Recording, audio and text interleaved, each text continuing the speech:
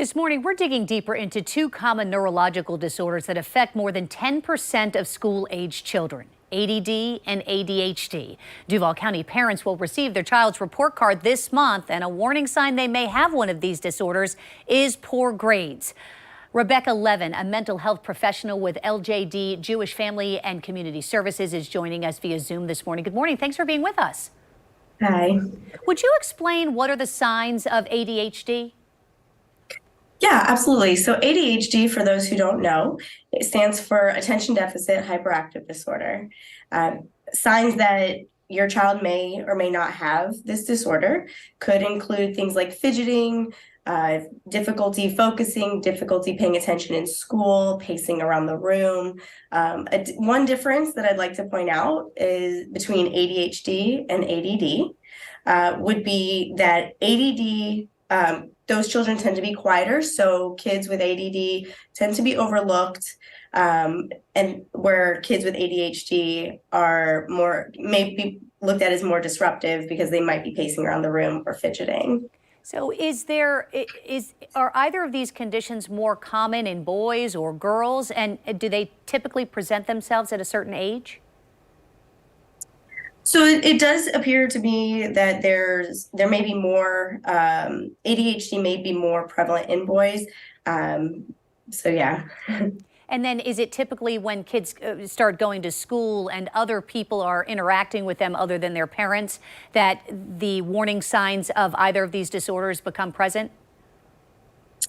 It seems to be that way. A lot of times people will notice it in their grades at school.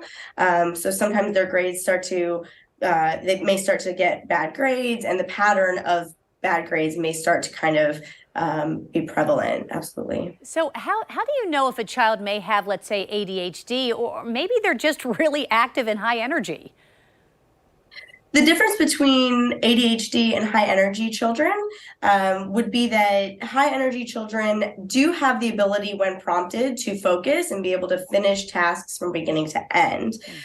Children with ADHD do tend to have more difficulty with completing tasks from beginning to end, and it may be a little more frustrating for them as well. So is there a way to test to determine if there is a neurological disorder going on with a child as opposed to them just being really active? There's not a one-step test. There's multiple tests that can be done. The best place to get that completed would be a psychologist, psychiatrist, neurologist, or even the pediatrician. So I would encourage parents that if you do suspect your child has ADHD or even ADD, to definitely check with the pediatrician. And how is it treated? Well, first I would talk to the child, and then see what they like about school. How do they feel about school? How do they think they're doing? The next step I would take, or I would encourage parents to take, would be to talk to the teachers, let the teachers know how the child feels about school, as well as any techniques or tips that the teacher may recommend to assist those children with getting through those moments of hyperactivity.